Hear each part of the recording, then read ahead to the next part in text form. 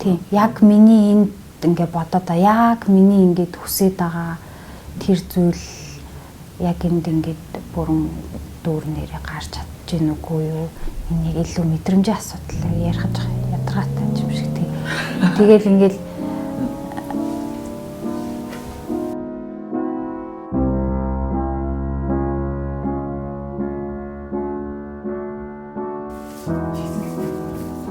тий ер нь бол нэлээд том галерей одоо надад бол бэлэн нэг 10 жил болохгүй стилист байгаа нэлээд тэрэн дээр би нэг жижиг нэг хийсэн ай тавиад харуулах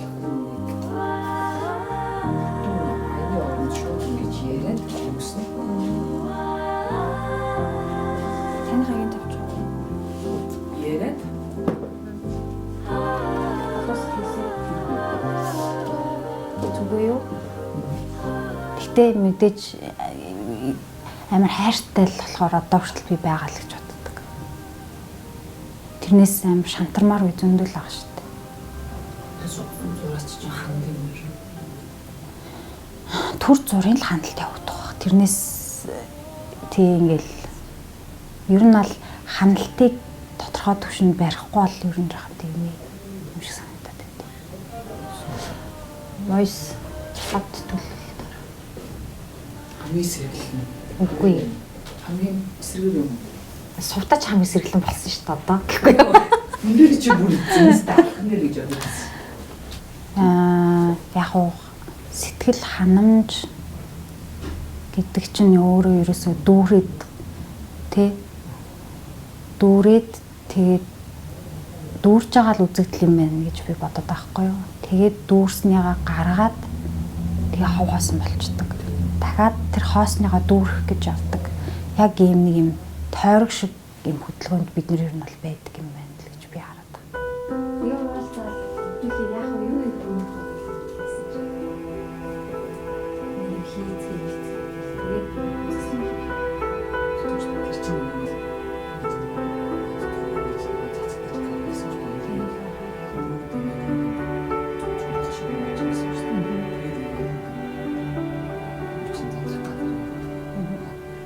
Би бодд юм аа.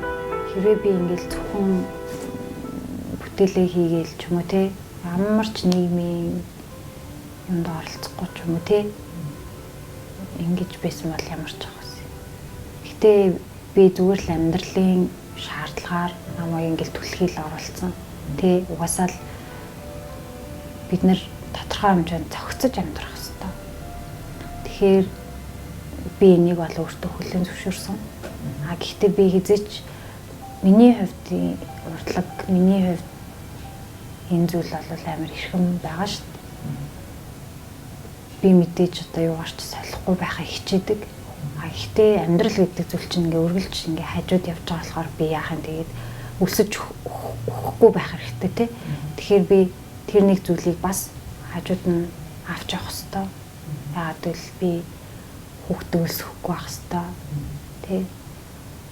Гэдэг ч юм уу зүгээр хариуцлага, сахилга бат ч юм уу ингээд надад байх ёстой тийм хим хэмжүүрийг аяндаа л зүгээр амьдрал өөрөө ойлгуулж байгаа байхгүй. Тэнгүүд би хүн чинь нөгөө амьдрах арга ухаан өөрөө ингээд олоод ч гэдэг юм уу тий. Би ямар цагт нь өөрийнхөө амиг хийх юм, ямар цагт нь би түүл нөгөө юм хийх үү ч юм уу. Одоо ингээд тэр тэнцвэрийг олохгүй л явж байгаа. Тийм л уран бүтээлч.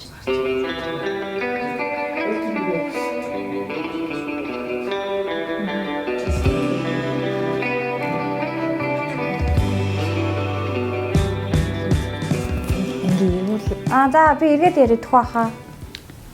Яг нэгдүгээр дүнг одоо хэлбэр дүрс гэл